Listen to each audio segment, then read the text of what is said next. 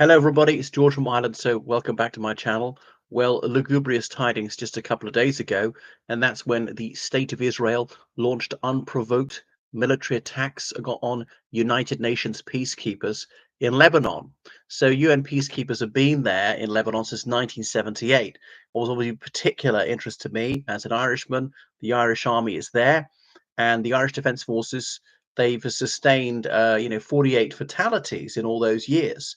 So we've done more than any other country. We've done so much in the service of humanity, not for any narrow national interest or anything like that. I do question the wisdom of having our troops there, but another story. But it's yet more proof that Israel is a rogue state, will break international law flagrantly, repeatedly, attacks on the United Nations. They're at war against the world, and get away with it because they have cover from the United States and other countries. And Israel's allies, friendly countries like the United Kingdom, tying themselves in not to excuse this, to say it doesn't count, just being so pussyfooted about it and not speaking firmly. Imagine if Iran or Russia or someone else had done that, and there's just so little pushback from countries which claim to care about international law.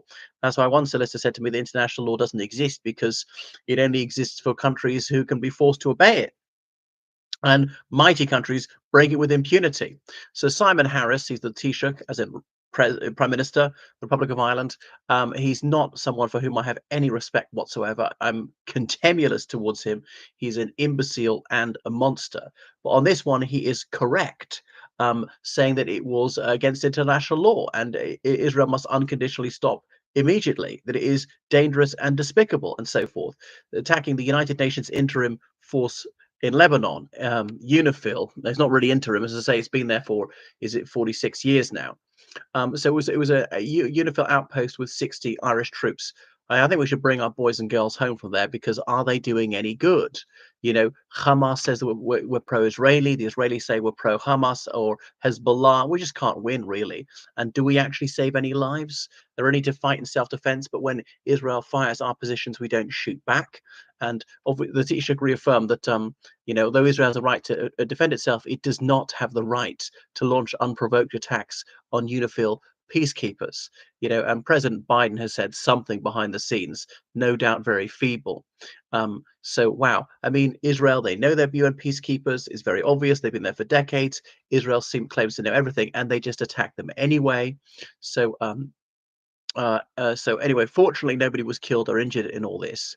The UN peacekeepers have been aggressed time and time again. It is a gross violation of international law. Republic of Ireland, we've never done anything against Israel. Recognizing Palestine's right to exist is not hostile to Israel, and the Irish Republic were absolutely entitled to do so. So it was a despicable and disgusting thing that they did. It's also a blatant violation of Resolution 1701.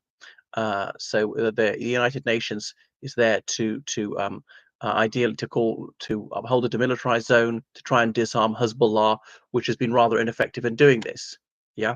So anyway, so Israel says, oh, that 1701 wasn't enforced. Obviously, Israel is itself in flagrant violation every single day of United Nations Security Council resolutions, which are international law. Even the United States, Israel's fervent ally, voted for some of these things. So it's obviously Israel's full-scale invasion of Lebanon, which is terrible and deeply dispiriting. Remember when those British aid workers were murdered by the Israeli Defense Forces? I used the word advisedly, murdered, several months ago. They were in a vehicle. They told the IDF where they were going, when they were going. The IDF confirmed, said, yeah, go ahead, the route. And the IDF killed them anyway. And they haven't brought their killers to justice. The IDF says we've got the most sophisticated technology in the world, listening, geolocation. We know where everyone is, where everything's happening. And so they knew they were doing, no mistake. And I say it was an attempt to murder these UN peacekeepers the other day because it was not a lawful act of war. They were not fighting against enemies. They're fighting against neutral peacekeepers. They knew what they were doing. Like, no mistake. It's not collateral damage. Unfortunately, nobody was killed. But, 48 Irish soldiers have given their lives to the cause of peace. since 1978, some of them killed by the so-called Israeli Defense Force. Well, the Israeli Aggression Force would be more like it, and they just get away with it every single day. I know Israel's not the only violator, and I know some of Israel's neighbors in Arabi have an absolutely horrific human rights record, like the Assad regime in Syria. Sudan's not even that far away, the Darfur genocide, and so on. And then you get the likes of Douglas Murray coming up with this tu quoque argument saying, because you don't protest about every single tyranny, no, no, no, you can never call out Israel. Well, I tell you what is different with Israel. Israel is the one that calls itself a democracy. Israel is the one that constantly and gratingly claims to have an exemplary human rights record. And Israel's the one which has got the firm back in the United States. Israel's the one to which the United States, the United Kingdom, Germany, various other Western countries provide weapons.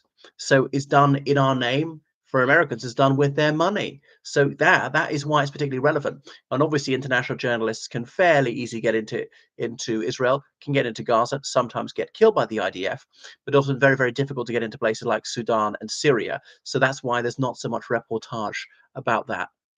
Anyway, Israel will no doubt get away with it again. There's absolutely impunity for what they're doing.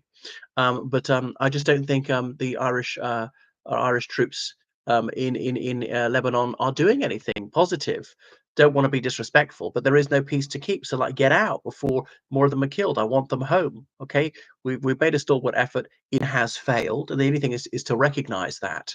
And in all those years, have we saved a few lives? Probably have saved a few lives, but we've more than done our bit as a nation. The Republic of Ireland have only 5 million people, and other people, they can put their troops in harm's way. So bring them home now. I don't want to be demeaning about that, and I recognise their bright honour, but I think we should actually be kind to ourselves for a change, because no doubt some more will have been killed. I'm sorry to say, to no purpose.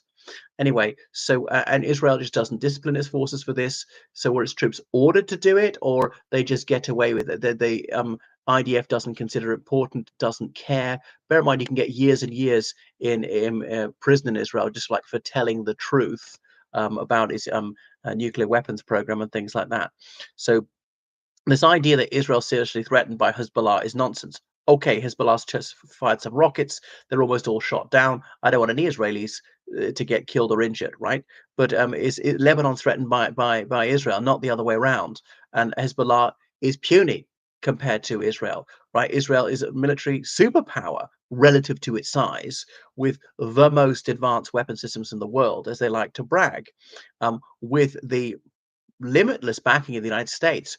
All Biden ever did, despite being slapped in the face and publicly humiliated again and again by the Netanyahu administration, was to delay some weapons shipments. He begged and beseeched.